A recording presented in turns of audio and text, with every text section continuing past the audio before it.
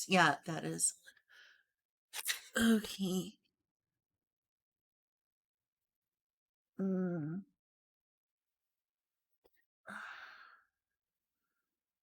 Mm.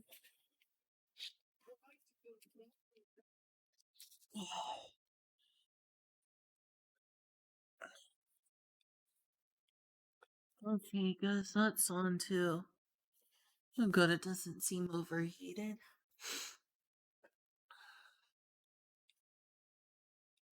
That is a long title. I guess this is essentially a just chatting stream, but not fully that.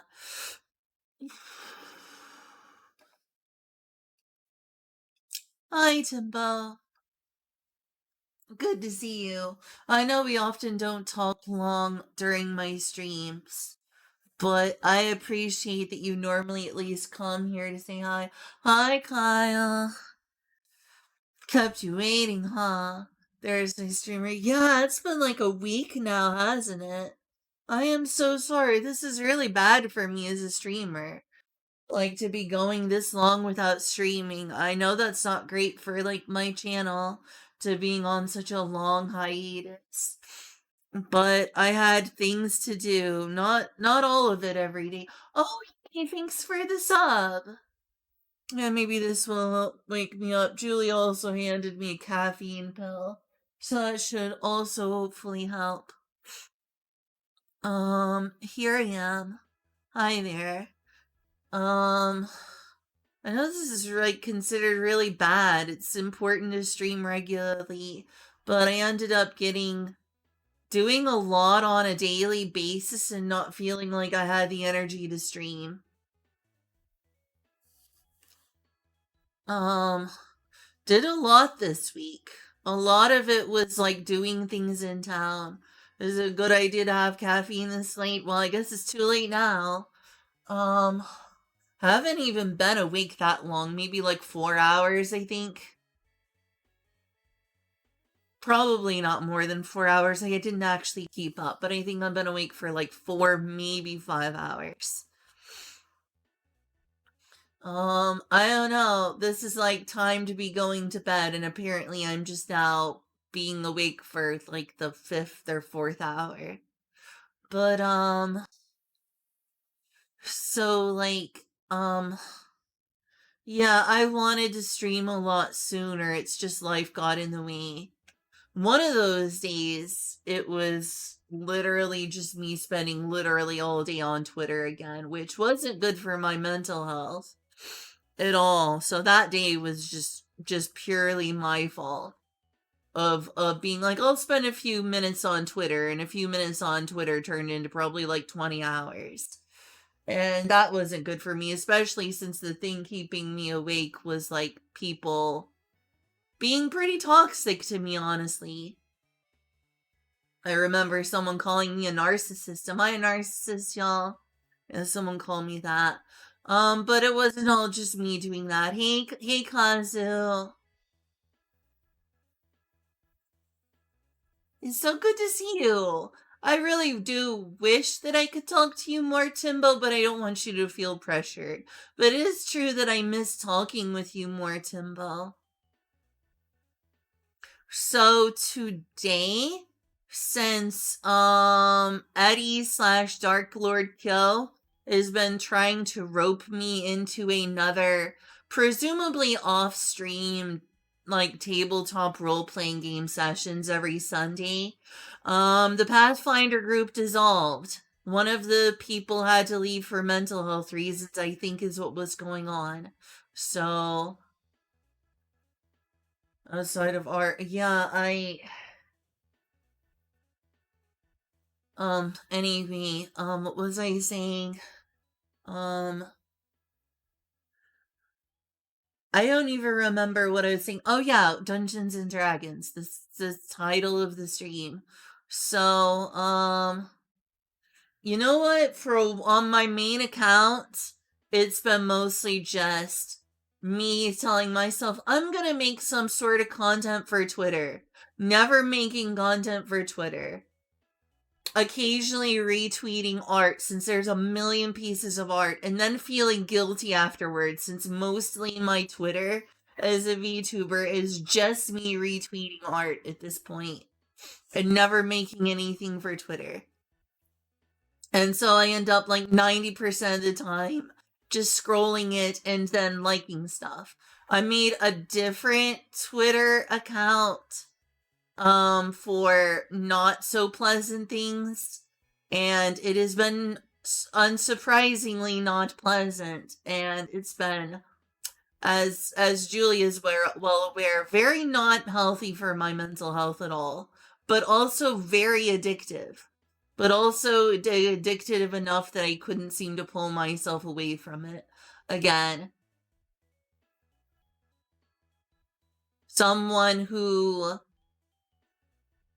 never mind, I shouldn't talk about it, it's negative. But anyway, I'm basically like, someone shared with me something of a cute video game on Twitter like a few minutes, I don't know, my friend Goxro shared with me an adorable cat game called like Cat in the City or something.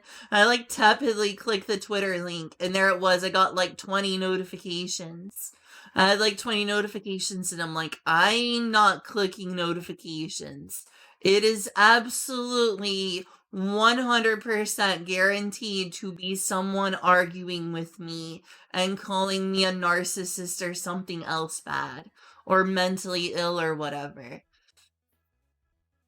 So I was just like, all right, I'll watch the video and then quickly close out of Twitter and try to forget that there's probably a lot of people in my notifications being really nasty, as was the case that whole day. But other things have happened this week. Me and Julia went to a game shop.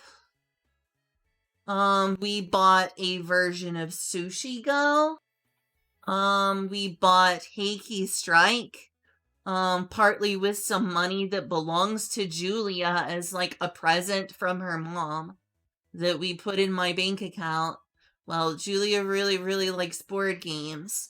So we ended up over the course of a few days buying 2 more board games since Julia really likes board games. Oh yeah, Dungeons and Dragons. Why am I doing this despite being more into Sword World? Also, Julia's not a fan of D&D at all, thanks to various decisions by Wizards of the Coast. You know, the direction of Magic the Gathering, the direction of Dungeons and Dragons, and is neither of those are something she's a fan of. And also, the Pinkertons is kind of one of those really anti-consumer decisions of a big company bullying someone in a really gross and disgusting way, and which is also why I've been so upset with Nintendo. But hey, for all that Nintendo did, they didn't literally hire the Pinkertons after someone. So I understand why that is one of the straws that broke any sense of trust. But either way, last time I was having to do this off stream because at least most of the people in the group were like, yeah, you can stream this, I don't care. I was like, oh well, thank y'all. And then like 2 people in the Pathfinder group were like, no, I'm not comfortable being on stream. So I was like, all right, I will do this off stream. It was every Sunday. And then like the GM ended up having like life stuff getting in the way.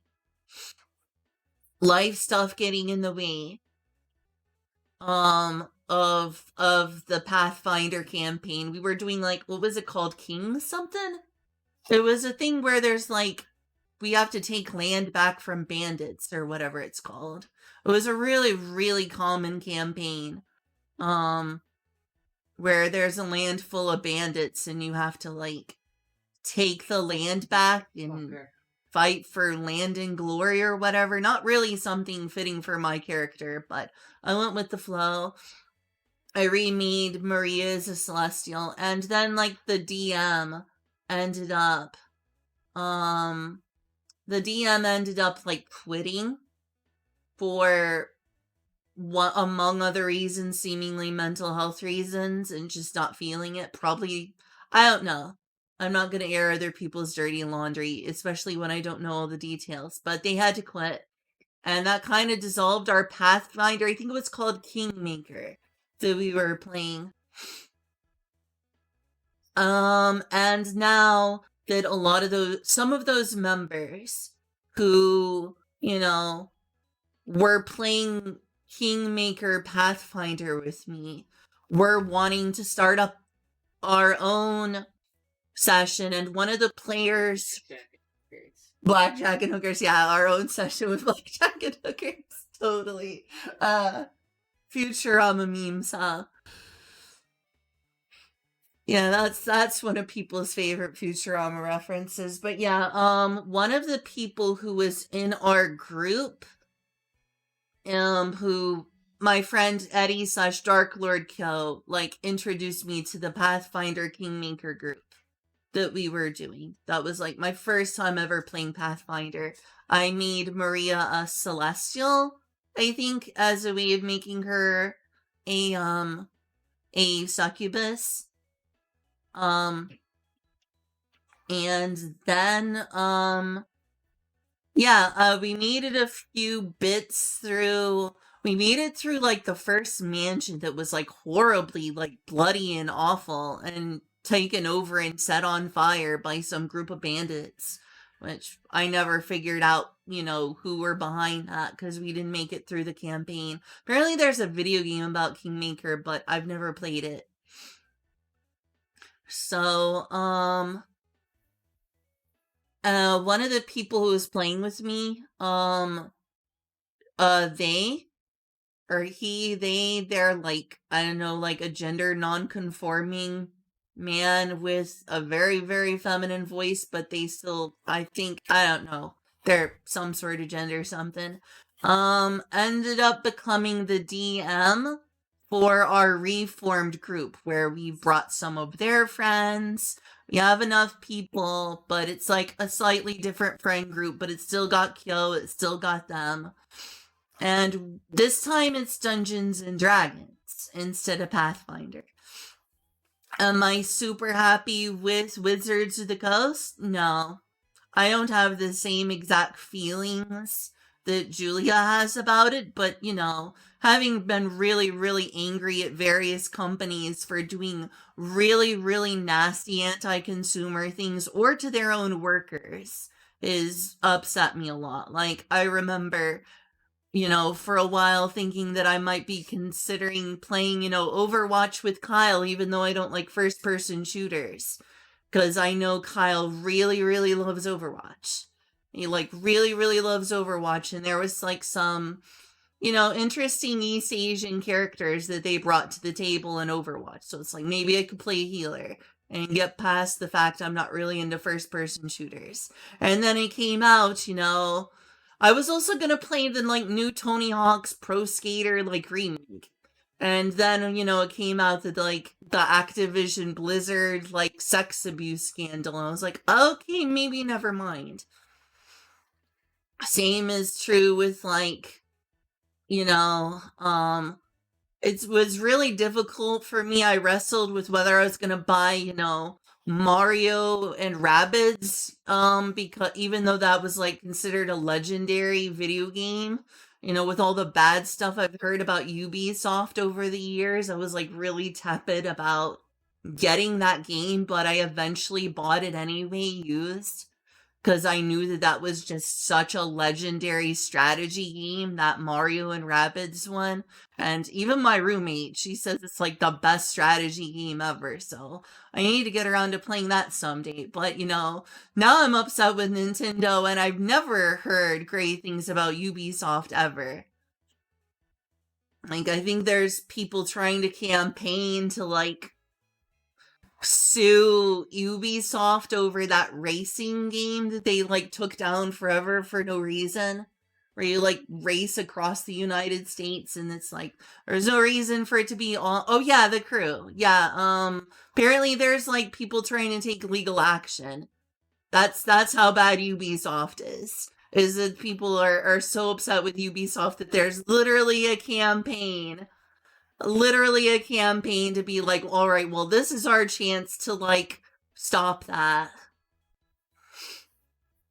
So I heard about Ubisoft doing bad things like this for years. Like it's one of like the three mega corporations of video games that people would always bring up as like a really nasty anti-consumer company along with like EA. Which I never played a ton of EA games. I never played a ton of Ubisoft games just because I like a lot of Asian games overall. I like a lot of Japanese games. I like a lot of Asian games. So there wasn't a lot that I saw in these companies that I was like, yeah, I'm a big fan of this. But I do remember going with Activision Blizzard from being like, wow, I can't wait if this, Tony Hawk's Pro Skater remake is going to be really good, then I can't wait to play it cuz I love Tony Hawk's Pro Skater. Like 2 and 3 are very nostalgic Tony Hawk's Pro Skater games for me. My favorites in this series are Tony Hawk's Pro Skater 2 and Tony Hawk's Pro Skater 3. And after that came out, I was like, okay, I'm not gonna play them. I don't know how to feel about it now that they're owned by Microsoft. I don't know if they've turned over a new leaf. But I don't know. There's so many nasty companies. I mean, considering Microsoft is literally putting ads in Windows 11, what do you think? Yeah. I mean, in this case, that's being anti-consumer. The original thing that came out with the sex abuse scandal was them literally being horribly sexually harassing of their own workers. I will say, for all I don't like Nintendo, at least it sounds like they have a better track record of treating their own employees than a lot of companies. It's when their lawyers come out that they are really bloodthirsty and nasty. They probably treat them about as well as any other Japanese company, so Uh, take out with a salt. I'm sure that there is a huge variety in Japanese companies and that they're not all the same. There's like this, stereotype of a lot of Japanese companies not being very nice to their women workers, but like some companies are literally women led. I'm talking about the ungodly hours from crunch. Oh, crunch hours. Anyway, as I get back into Dungeons and Dragons, I do so with, a heavy heart, just like when I'm inevitably going to get back into Nintendo games. I do not condone the gross behavior of Wizards of the Coast by any means, but I am getting back into Dungeons and Dragons, and I do have a very firm loving of the history and evolution of the fantasy genre. Like a lot of the tropes people call it, I do not like TV tropes, but I'm gonna use that word because it's already too late. It came out of my mouth.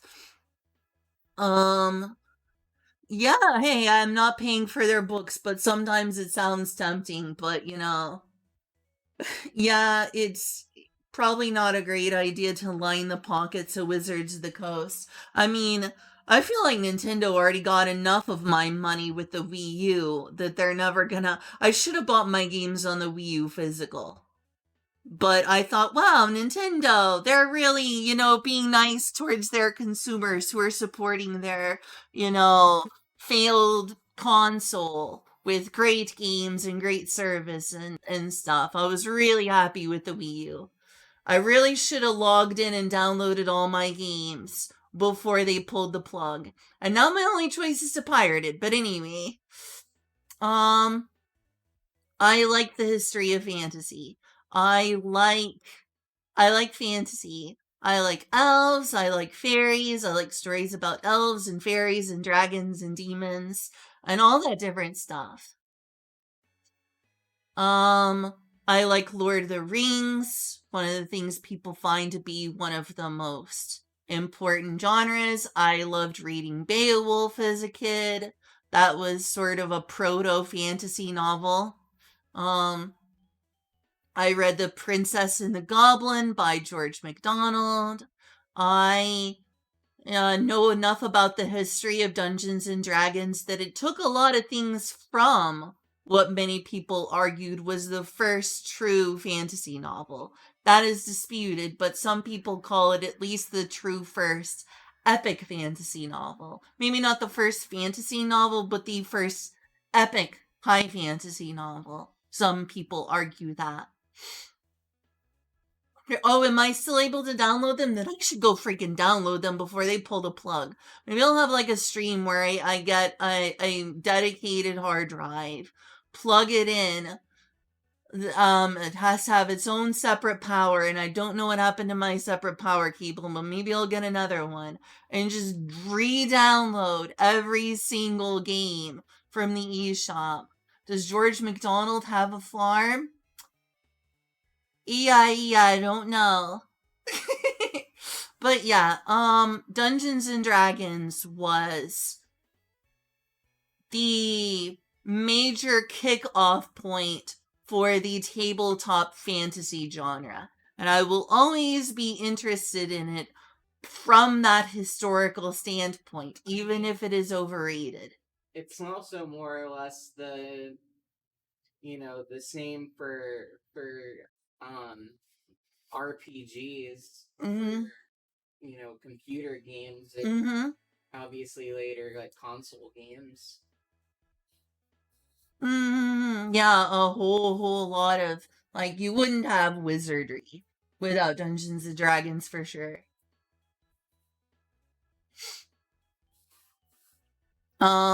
But yeah, as a historical interest and lover of spirituality, let's see, the spirituality of like Shinto or of the Druid, what little we know of the Druids or the Poetic Eddas or the Mabinogi to more fictional interpretations in the fantasy genre that took their inspiration from those things. I don't just like Western fantasy. In fact, I find the whole distinction is kind of forced because Eastern and Western cultures have always influenced each other. You found, like, Buddhas in, at the very least, the Near East. Out in like Iran and so forth, you would find Buddhas. And on the other hand, Indian culture influenced the entire continent in ancient times. So I feel like there's always been a little bit of an arbitrariness to separate quote unquote East and West. But like to me, the concept of yokai is basically mirrors the concept of fairies in general, and I love yokai. But in terms of Western fantasy, elves are really interesting. And so I really like stories about things like elves. I've recently watched most of the first season of Soso no Frieren with Julia. That's one of the things I did. We spent one day while I wasn't streaming having like a game night where we went to a local game shop. That was the day I bought Heiki? What's it called? Heiki Strike. Yeah, Heiki Strike alternative. And we ended up playing a whole lot of Blade Rondo. I think we played like 5 games of Blade Rondo, and then we got a stack from the Kroger next door, and we went home. It was really neat. We also watched Astronaut. Everyone fucking watch Astronaut. Yeah, I really enjoyed Astronaut so far. It's pretty fun. I like the idol girl. I forgot her name. The one with the glasses in the messy room who was an idol girl. I like her. Hi, Shiva. But anyway, yeah, that's why I'm moving back in a little bit and pulling out a little bit from investing into Pathfinder, and a little bit pulling back from Sword World is like my main thing, because the group I'm part of right now is a Dungeons and Dragons group again. So I would like to play Pathfinder again. I would like to play Sword World again. But today, since I'm, creating a character again for Dungeons and Dragons, I am part of a Dungeons and Dragons campaign. My brain definitely wants to reinvest into thinking about the world of D&D. He had Pats. So I thought I would react to some of it. I forgot to say what all we did this week. I made it most of the way through the season 1 of So No Frieren. And oh my gosh, do I love that show. And the ending song is so good. If I was born into the world of So No Frieren, I would have to avoid Frieren if I was a succubus. Like, if I was my succubus character in So No Frieren, I would have to avoid Frieren because she would probably try to kill me. And she probably wouldn't believe me if I said, no, I swear I don't want to hurt anyone. Owl! On that campaign. That's why you also want to play D&D. I got a lot of friends who want to play different things with me. From what I know of Julia, her most interest lies in Sword World, and she's had a bit of a falling out with that over melee classes. We've talked about starting up another, like 2-person solo type game while we go to the local game shop as a thing to do. That would be awesome if she continues feeling that way, because I would love to re-enter Sword World in any form or fashion. But I know that for her it's like she's really, really into Shadowrun, and for a while was in love with Sword World.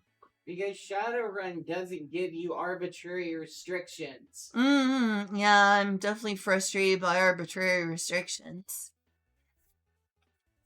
But yeah, I like fantasy. My main thing that is bringing me into potentially doing tabletop role-playing games is that I have always liked fantasy. Even my cousin, when I was a kid, my cousin whom I lived with like for a while when I was evicted, he tried to get me into Dungeons and Dragons as a kid. And I was enamored by that. I wanted to cast Magic Missile at the Darkness as like, I don't know, 8 or whatever years old I was when he was getting into that. I was like, yeah, I'm gonna cast Magic Missile at the Darkness. I ever remember my name of my character when I was like 8 years old. I named her Rydia, because I was obsessed with Rydia from Final Fantasy IV. I was like, oh my gosh, I'll be Rydia. And so, like, I have that, like, historical childhood nostalgia of wanting to play a game and never getting around to playing that much of it. But I did play some sessions with just him and me. As much as we tried to make that work, I've always had an interest in fantasy and certain aspects of fantasy. Magic, fairies, elves, dragons, hobbits, all that different stuff. And oh, Mark. And then there was the fact that for years after getting into the isekai genre, since it like dominated anime, manga, and light novels for a while, is kind of restarted and reignited fantasy in the anime scene. Like for a long time, school, like Japanese school slice of life, was the main genre of anime. People were complaining about like K-On! And Lucky Star and whatnot. And now But we're complaining about isekai. yeah, now everyone went from complaining about moe blobs to complaining about isekai. Because there's too damn many of them. I don't mind that, and while I was trying to get back into anime for a while, it was definitely being dominated by isekai, and I got into things like the Zero and Ascendance of a Bookworm and so on and so forth, and that's sort of just like rekindled what some people are calling native isekai, which is just another word for fantasy. Native isekai is just isekai, but it's only in the fantasy world, i.e., it's just fantasy. But I've always liked fantasy. I've always liked a lot of the stuff, and you know, yeah, I never thought old anime was better than new anime, like some people do. But, while some people were like, oh my gosh, I miss when anime was good and it had mecha shows and whatnot. I do think mecha is cool. It's not my main thing. But I always did find it sad that, I grew up with a lot of old anime that were more fantasy minded, your Record of Lodoss War inspired stuff. Or Guin Saga. I watched Guin Saga many years ago. That was pretty cool. And then it kind of fell by the wayside. Well, now it's definitely back in full force. And that's very cool. Made an isekai. Oh no, native isekai. A lot of people have been calling what's basically just fantasy making a resurgence now, thanks to the isekai genre. A lot of people are calling it native isekai, which is isekai anime, but it's not someone going to a different world, which is what isekai is named after. So it's just fantasy, but people are so like isekai minded, and we're still in kind of an isekai like phase, that instead of calling it fantasy, some people are just calling it native isekai. I have to rearrange the couch real quick.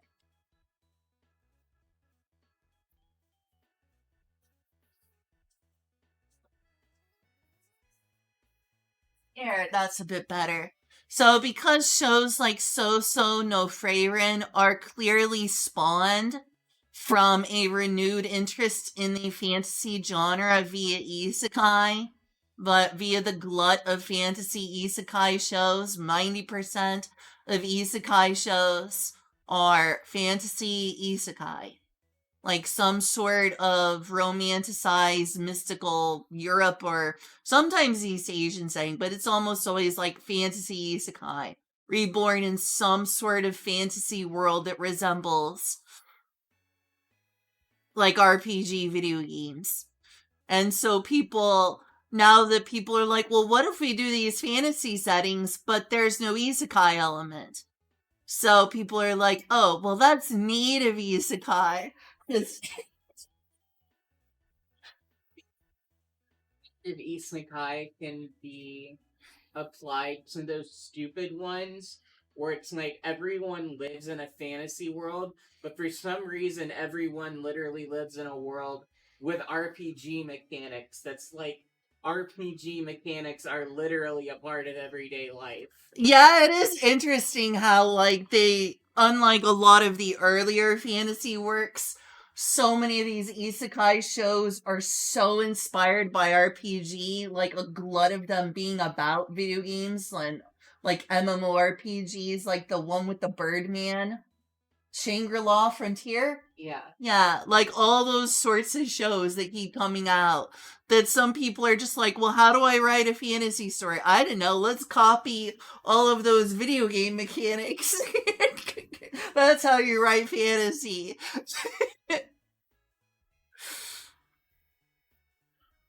But yeah, that's why people, instead of just being like, well, it's fantasy, and fantasy has come back because of fantasy and isekai stories, people have made the connection to this current movement and been like, okay, that's the native isekai.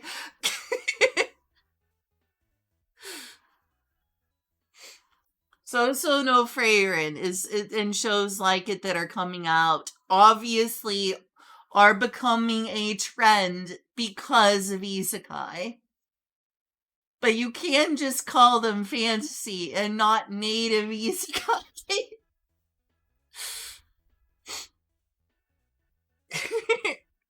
Anyway, I love So no Freyrin. We made it to I think like episode 10 or episode 9 of that show.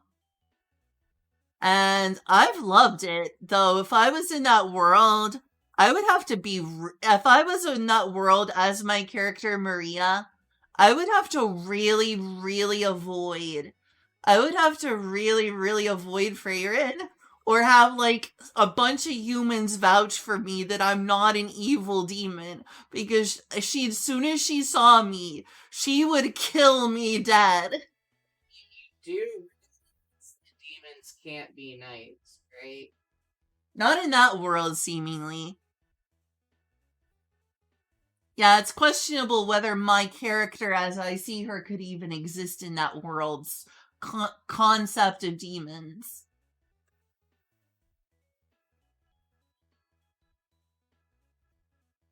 Is the box a big? Is it the box a bad guy? Do you have to? It does look very interesting and full of interesting grooves and things for exploration and curiosity. I'm looking forward to finishing season 1 and getting started on season 2 of Freyr and rocks. I'm not sure if Julia is as impressed as Yuki Mort. Mark was playing with a box and it fell off the couch. If my character as a succubi demon character who's wholesome could feasibly exist in Freyrin's world, she would have to stay far away from Freyrin or have a lot of human handlers to vouch for her.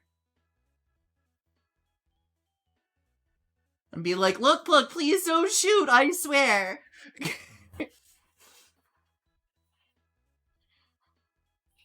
Anyway, yeah, I kind of meandered through a lot of topics, but I should get around to this now. I'm starting to wake up. It worked this time. Starting stream doesn't always wake me up, but it's working. It's working. I'm waking up. Yay. I was worried. I do want something to drink though, so maybe I'll be right back in just a moment before we proper get into that. This has been a just chatting stream so far and not a D&D stream aside from me talking about adjacent things like Freyran, Record of Lodos War, and Wizards of the Coast drama and all that different stuff.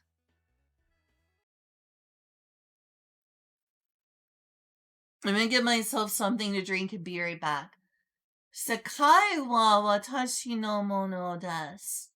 Sekai de Ichiban. Sekai de Ichiban. Ichiban is in like number 1. Sekai de Ichiban.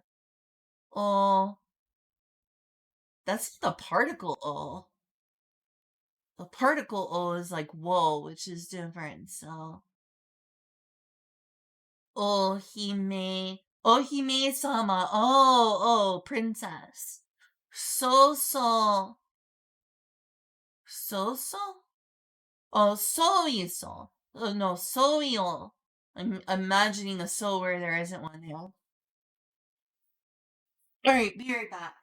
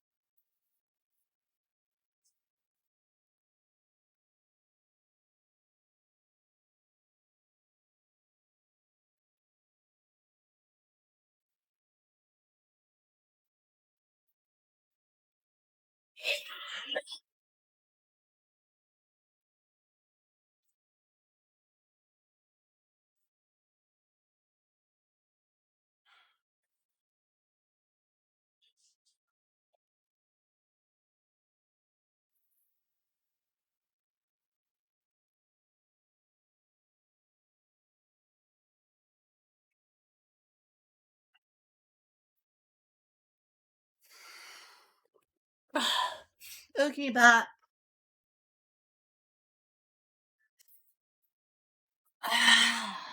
Yeah. Oh, okay. I believe that. Good job on writing the song commonly translated into English is "Lick My Ass." um hey. But yeah, my interest in Dungeons and Dragons is multi-pronged and comes from a like his interest in like the academic and historical like roots of fantasy and tape and role-playing games as a genre overall. I have an appreciation of Lord of the Rings not just because it's an amazing book, but because it's just a important genesis for epic fantasy.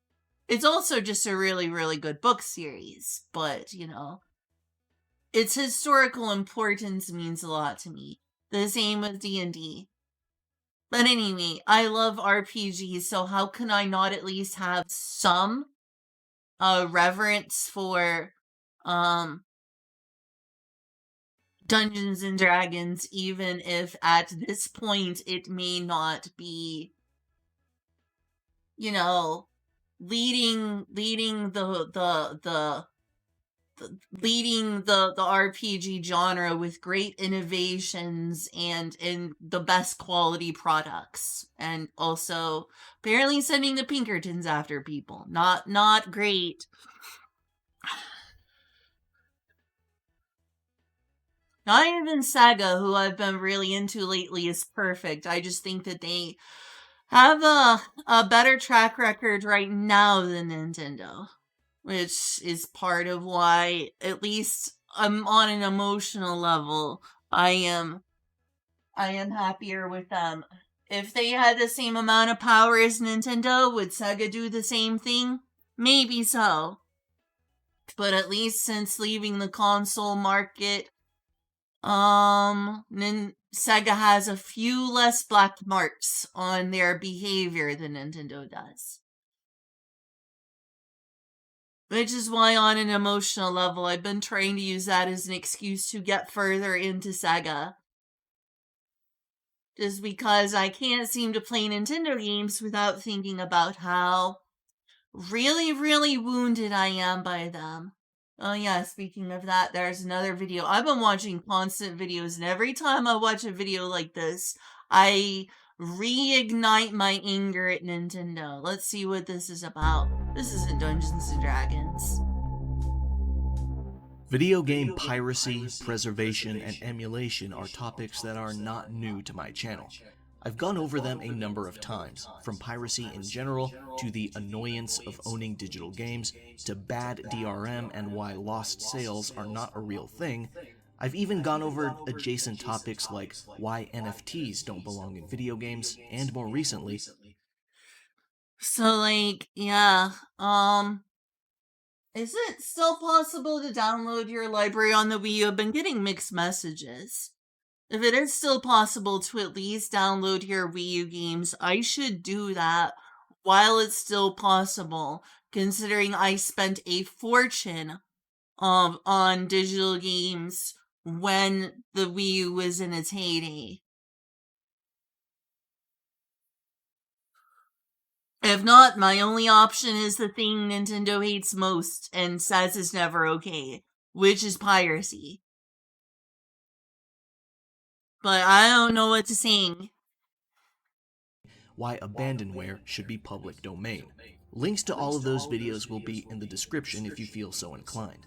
Now, I had assumed that I more or less said everything I wanted to say about these topics and everything relating to them, but fighting for preservation, true ownership, and accessibility is an ongoing task, and a few recent events have gotten me to consider making another video. First and foremost is the Stop Killing Games initiative, launched Well, by there's the thing, because Ubisoft is apparently really, really bad when it comes to this. Apparently, that infamous statement that you mentioned on stream one time and brought it up was, gamers should get used to not owning their games, which most people are rightfully disgusted by, is in relation to The Crew, and which a lot of people are, well, someone is trying to lead a charge to take Ubisoft to court. And I hope that goes well, because hopefully it sets an important precedent for other companies that are also removing games that you have paid for. I hope that this is a fire starter. I would like to correct, it was not in reference to The Crew. Oh, it's not. Reference to if people want video game streaming as a concept to take off. Was what the CEO said. Oh, well, then my mistake. I'm sorry for spreading misinformation. I mean, it might have been related, but I did want to say specifically that was the intention behind the statement. I see. My apologies. I was misinformed. Thank you, Julia. It is still not a good statement, but I want to make sure that I am criticizing the right thing. Gotcha.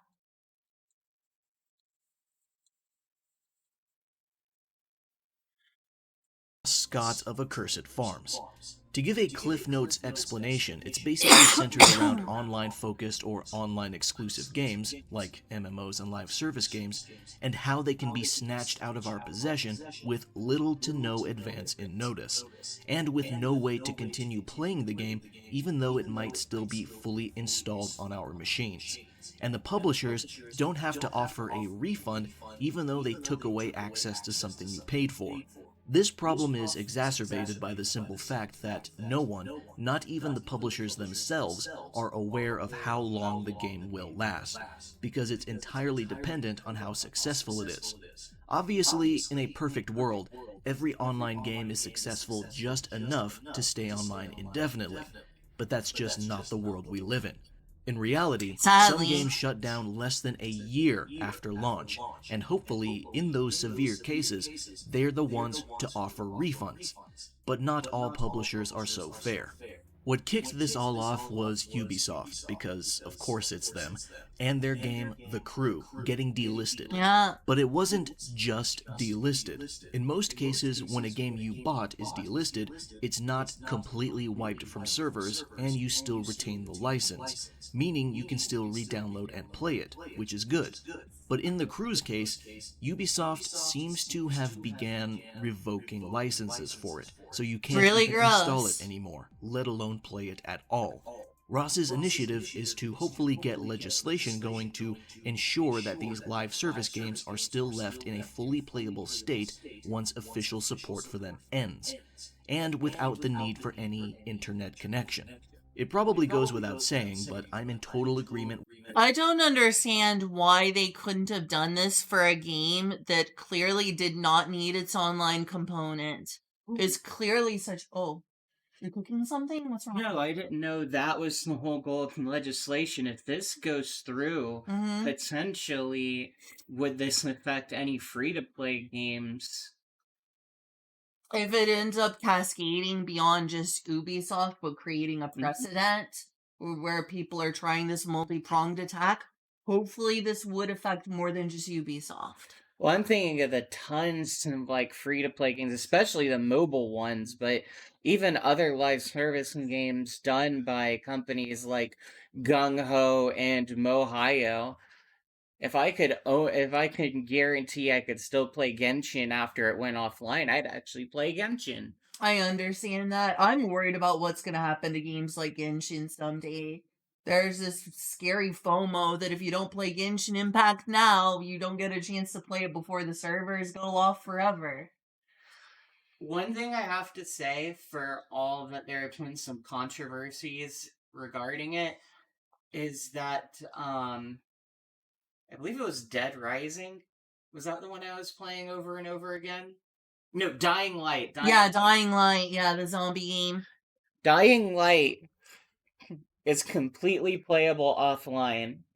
They had some live service stuff, which was questionable because it means there's limited time stuff that's literally, in the game, but you can't access it, and I kind of hate that. But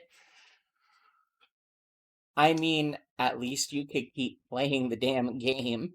Mm-hmm. Anyway. Mm-hmm.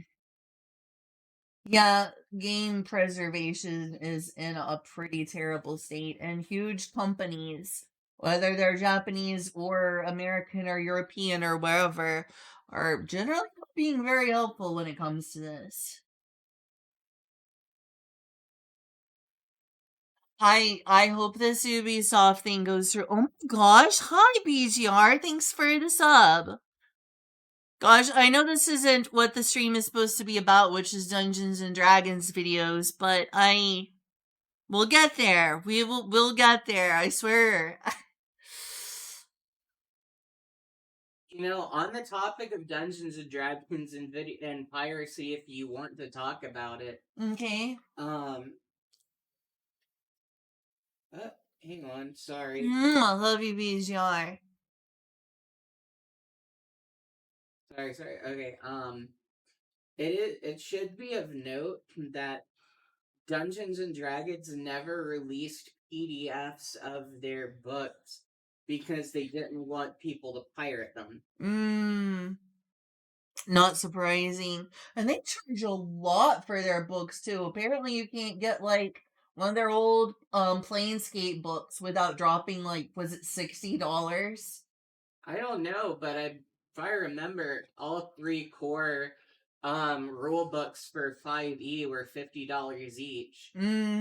It's a $150 investment to get a basic D&D experience. Yeah, that's really pricey. Hey, Timbo. Thing with the crew was, even when it was brand new, when you bought a physical copy in stores, would mention... Did they see it on the cover? That's probably going to do good things for them in court, sadly. Well, that they should face more consequences, and every one of these companies should allow their games to be playable. Well, hang on. Is this being taken to court in the United States or the EU? I watched the video from the Stop Killing Games campaign.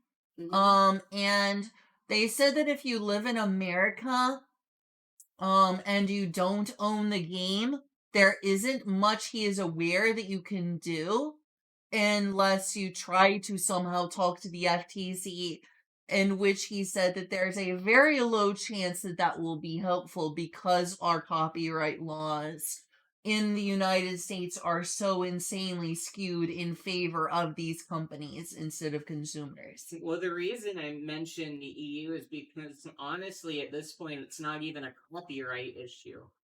What this is a consumer rights issue, which the EU is normally very strict on. Yeah, from what I saw from the video of that guy, forgot his name. I watched the video earlier today before I streamed. That was one of the things I had in like my million tabs of YouTube videos to watch.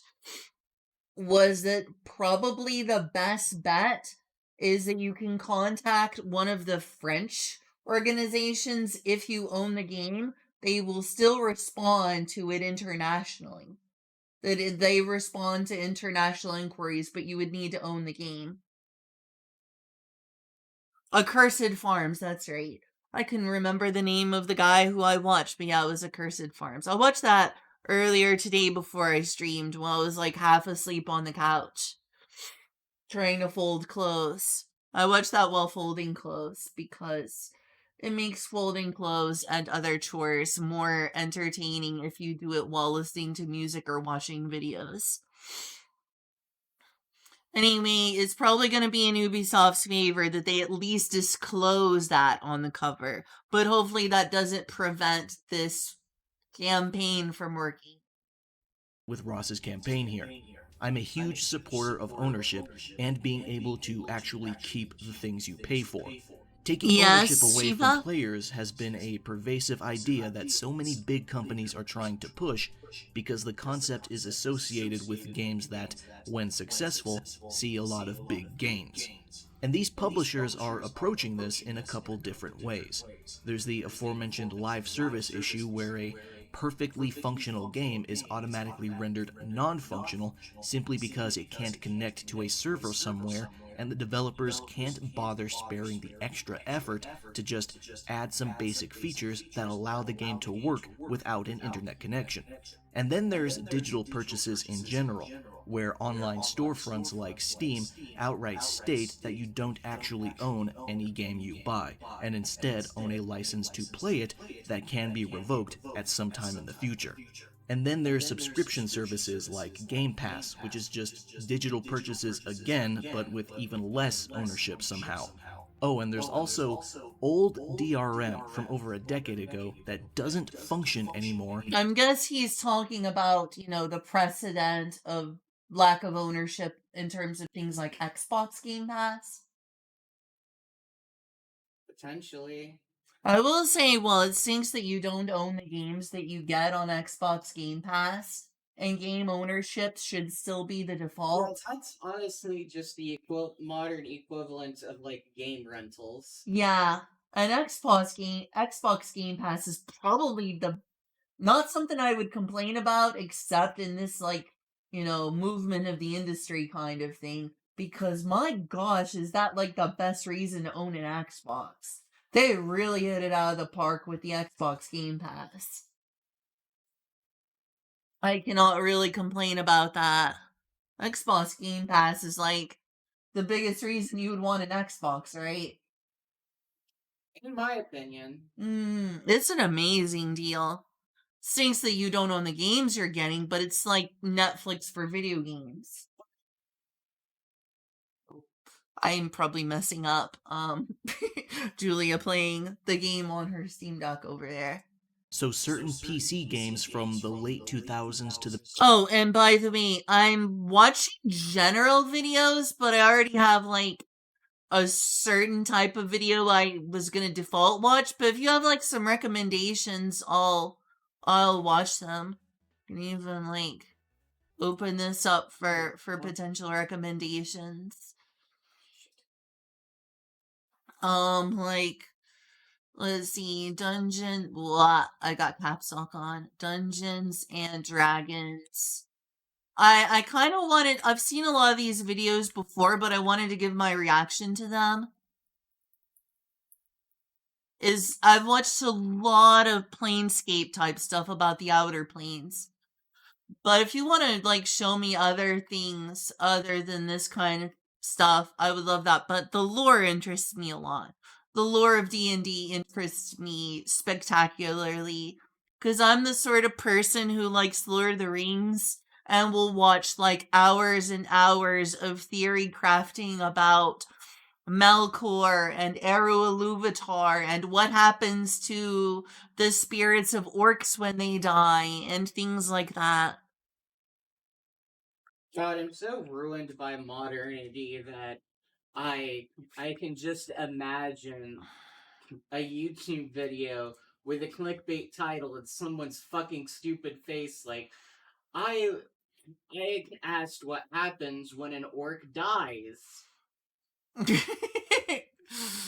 Luckily, I don't think the video I watched about that topic was as clickbaity from Tolkien tubers. I know, but it's just like, what happens when an orc dies, shock face? I know, God, I'm so sick of. I admit I watch a few videos with clickbait-ish titles, but when it goes too far in that direction and has those types of thumbnails, I do not click.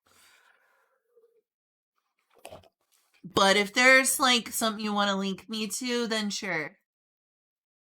Oh yeah, that really stinks about VR chat. I don't like the direction of VR chat now. VR chat used to be the Wild West, and in some ways that was really bad because it was. I mean, VR chat was the second coming of the internet. in some ways, some people have described it as being like the old internet, but I wouldn't say it's as much like that anymore. Sucks. Where can we go to beat fucking assholes? I mean, I didn't like the assholes, but at least I could block them and go to a friend's plus if I wanted to. I mean, yes, but it's the right to be able to do so. I do not want to be mean, but I want the right to be mean. Oh, Pro Jared? C&D videos? Interesting. Is that the guy who got, like, supposedly wrongly accused of, like, misconduct? Oh, there it is, even on, like, my recommendation. More Tolkien tubers. I've watched a lot of Tolkien tubers. As you might have guessed, I do indeed enjoy fantasy. No fucking way. Oh, hey, speaking of Nintendo and me being bothered by Nintendo a lot lately and on my weird, bizarre Nintendo stinks Sega awesome little thing, which does not match me very well at all as a Nintendo fangirl. in my weird set Genesis does what Nintendo don't era that doesn't match me at all. I randomly saw this on Twitter in between being called a narcissist by strangers on Twitter who don't think I deserve basic human rights. Zelda, Wind Waker. Oh my gosh, keyboard. I posted this in my Discord, but I saw this. Where's the official one? Oh my gosh. Oh, there's also the videos, but where's the original creator? I don't think it's them.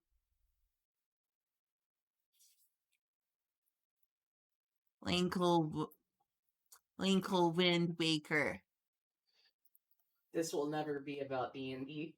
This will never be about D&D, I swear. Here it is. Why did it come up instantly in the search results? What the heck, YouTube? Oh my god, do I ever want to play this now? Oh my gosh, this mod is adorable. This mod is adorable. Now I want to play Wind Waker again. Oh my god, so cute. Oh my god, so cute.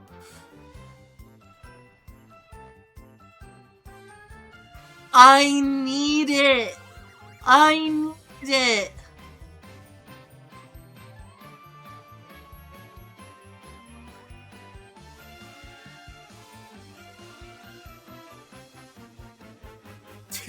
Poor Linkle.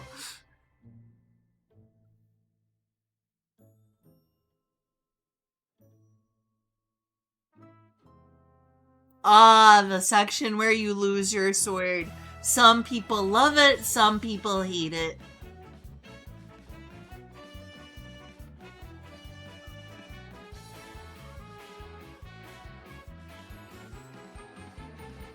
Stealth section. Indeed. Ow, poor Linkle.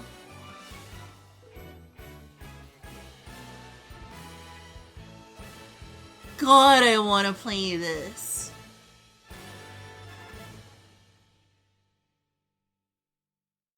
Oh my god, I loved every single thing about this character swap mod. Something. Wow, thanks a lot. I said that quietly so it wouldn't be picked up on the microphone. Just so you know. Thanks, I'm sure you meant that very seriously in a degrading way. I'm glad that we are frenemies.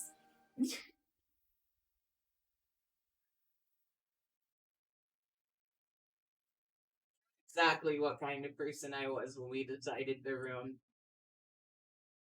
When we what? When we decided to room. I see.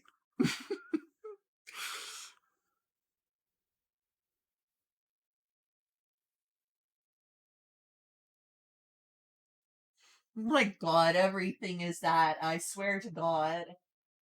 And people accusing me of being that on Twitter. I'm sorry, maybe that was too soon. It is. I'm bullied in being called that on Twitter recently. You porn stick, blah blah blah thing you said.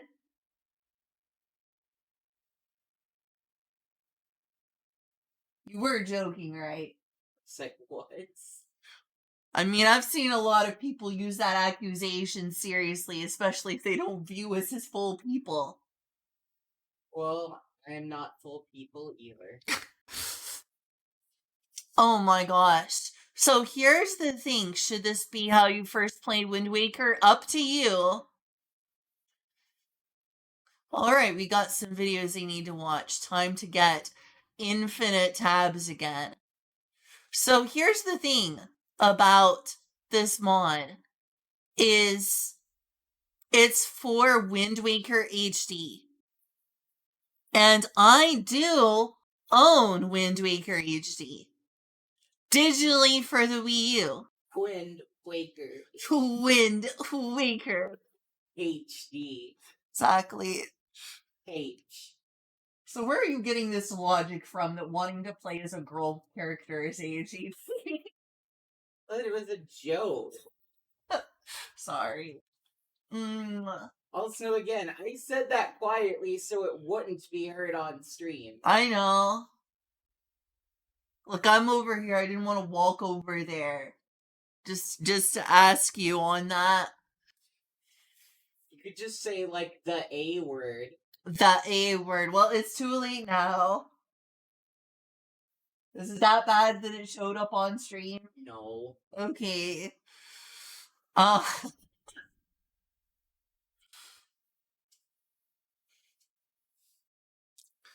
the problems of a bisexual with a weird affection for playing as cute girl characters. But, like, what do, y'all? Is my literal only option to buy the game a second time because Nintendo has voided my purchase? Or to pirate the game? Is that my only choice? So, I have not turned on my Wii U in a very long time. But that is how I would play this, is via one of Nintendo's two most hated things, emulation. This is, the way you play this is with CMU. I don't know if there's a way to play it on original hardware. I don't know if this is, you can do this. You're saying I should just download and pirate it. I own the game. I gave Nintendo my money, not that they care. They would rather spend that money on attacking emulation. But I've gone into this negativity a lot on stream before and bothered Julia with repeating my feelings on this a lot. I paid for this game. When I say that I spent thousands of dollars on the Wii U eShop, I mean it. I worked 2 jobs then, and when I came home, I wanted to live hedonistically with the money I had worked on. I would pay my bills, and I would then, when I did my adulting, I just worked 2 jobs, went home, play games until I passed out, and rinse and repeat. And by doing that, I would also just spend my money that I had acquired from working 2 jobs by just buying everything that caught my fancy on the Wii U eShop, thinking I would have it forever. Did they really take that all down? Because I haven't been to the eShop. I haven't been on my Wii U in years. Did they really, remove my Because I know Nintendo would be like, you have no legal right to emulate this game. You have an even less legal right to download this game. But I gave them my money. What am I kidding? Nintendo doesn't give a fuck. They want a boot on my face. They hate their consumers. Like, I would be willing to if they had the eShop open for the Wii U still. Go on the eShop, get a hard drive, an external hard drive, get a secondary external power cable since that's required, since the Wii U doesn't offer enough power to power an external hard drive internally, so you have to get a separate cable. Re-download all of my eShop games. Every single one. It would take a large hard drive. Because I remember needing a pretty large external hard drive to store them all. Hack my Wii U. And then back up my own collection of digital Wii U games to play on CMU and play mods like this, because how can I live without this? How can I live without this?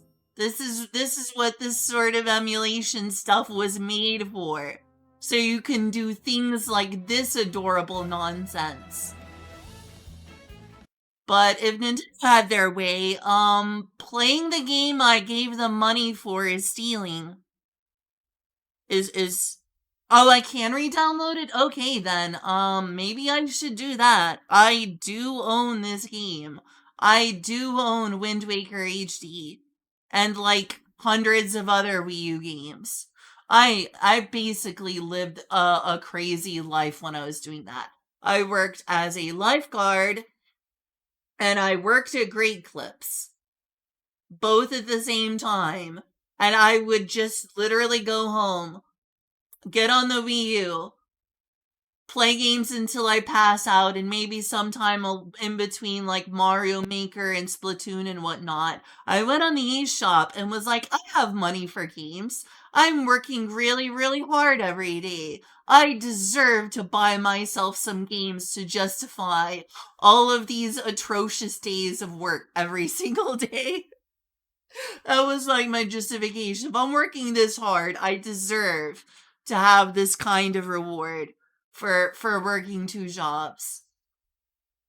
And so I just bought games every single week for the Wii U. I would look at my finances and look at my check, and all of the extra money, I just blew it on the Wii U eShop. It would be nice to see those games again and actually replay this game I bought on the eShop years ago, like with a billion other games for the Wii U.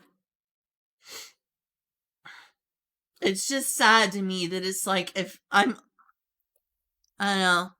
I'll see if I can re-download it, cause maybe I should do a stream where I rip the game legally, even though Nintendo says you are not able to do that. It's not okay to homebrew your console. It's not okay to emulate. I bought this game. I worked 2 jobs so I could buy games like this. God, I love this. This creator is amazing. Here's the other video. This says that they are a cat boy. That they're it doesn't say femboy, but it's obviously a femboy. Is this not just a Miqo'te lolly from Final Fantasy XIV? They're like, it's a cat boy. That is just a Miqo'te. That is just Miqo'te from Final Fantasy XIV. I have seen that hairstyle before. I have seen that shape and ears and everything before. Is that not just a Miqo'te? That is literally just a Miqo'te little girl NPC.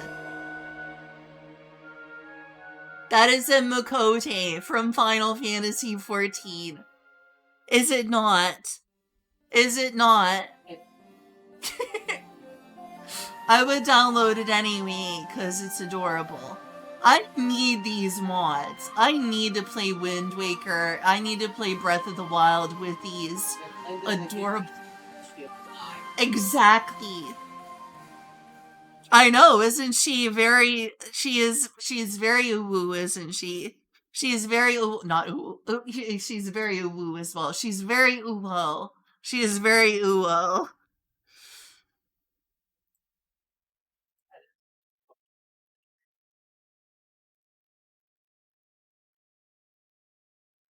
Alright, I hope I didn't miss any other things that y'all put in the... My god, I need it. I need it. And I own the game too, but wow, will it ever be a pain to...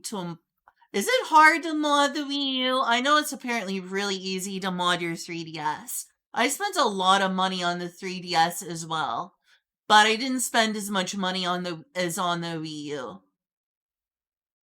What are some things I bought on the 3DS eShop? I bought all the Pokemon games. I bought all the Pokemon games on the 3DS eShop. I bought all the Mario games on the 3DS eShop. I bought all of the Square Enix games on the 3DS eShop. I bought all the Fire Emblem games on the 3DS eShop. But I didn't buy nearly as much things digitally. I also amassed a decent collection of 3DS games physically. Unlike the Wii U, which for some reason I didn't buy things physically hardly at all. Big regret there. I will be right back once again. I'm very sorry. We're an hour in and I haven't even gotten to the D&D videos yet. I really do need to go back to my Wii U. I really, really do. Wii U is actually an incredibly underrated Nintendo system. Like, the game library is impeccable, and while we finally got most of those games on the Switch now, there's still some straggler games that, for some reason, Nintendo can't be bothered to bring over. You know, like Wind Waker HD. Where is Wind Waker HD, Nintendo? What in that? Anyway, sorry, it's been an hour and I still haven't gone to the D&T. What's wrong with me? I'm in the wrong category. I thought I was gonna do this sooner, but I'm insane.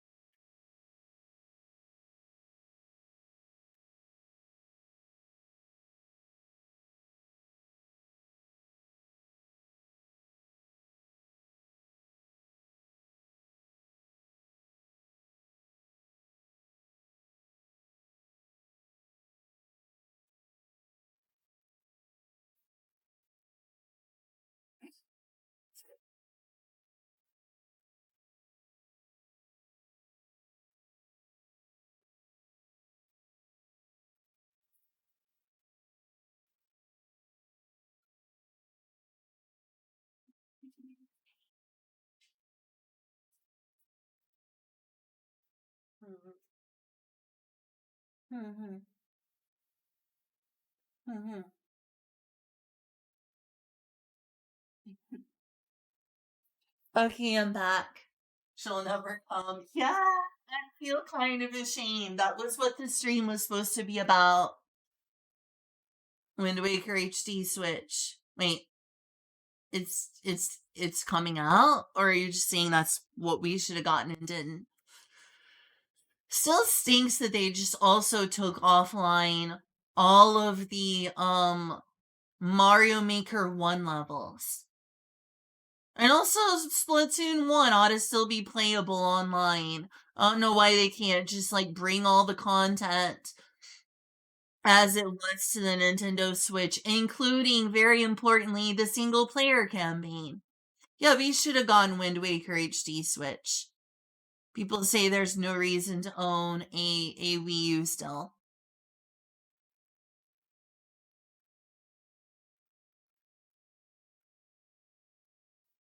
I can actually think of a lot of Wii U games I want to play. Hmm. I never got to play Paper Mario Color Splash. I did hear that was decent, that it was still like on the controversial end of things because it was still, clearly in the vein of Sticker Star, which a lot of people didn't like.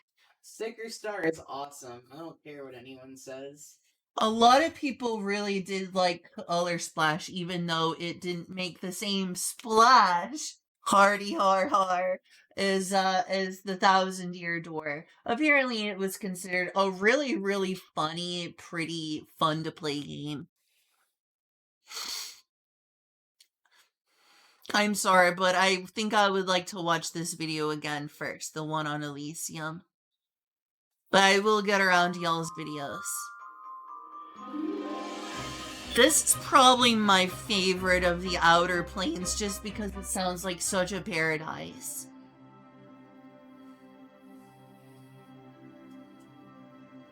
Wow, it is doing some weird frame jitter. I also own Color Splash and never got around to playing it. I bought Color Splash digitally. As I walked the winding pathway through the singing crystal plains of Amoria, winged Avorials soared overhead in low clouds of silver, lit with shimmering rainbows, with the crystals all around me. Their voices drifting melodies over a song of wordless tones that thrummed in air as crisp and pure as first winter's snow. My heart seemed to want to burst from my chest and take flight with them.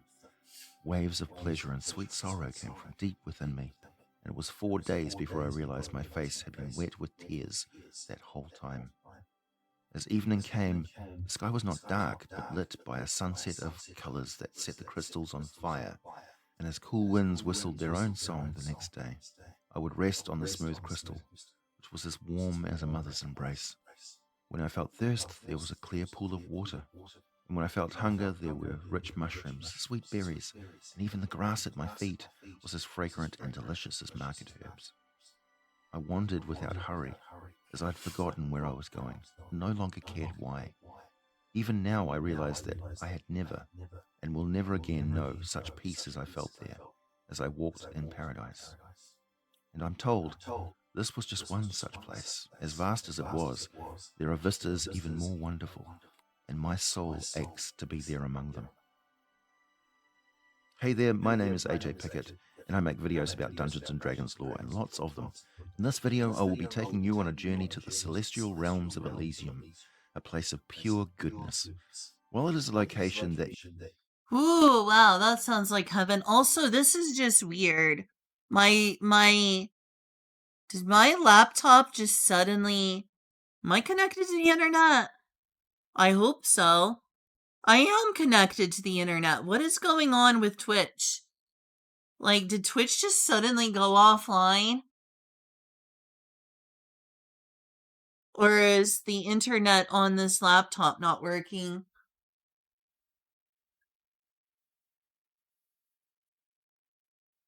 I think the laptop might not be working.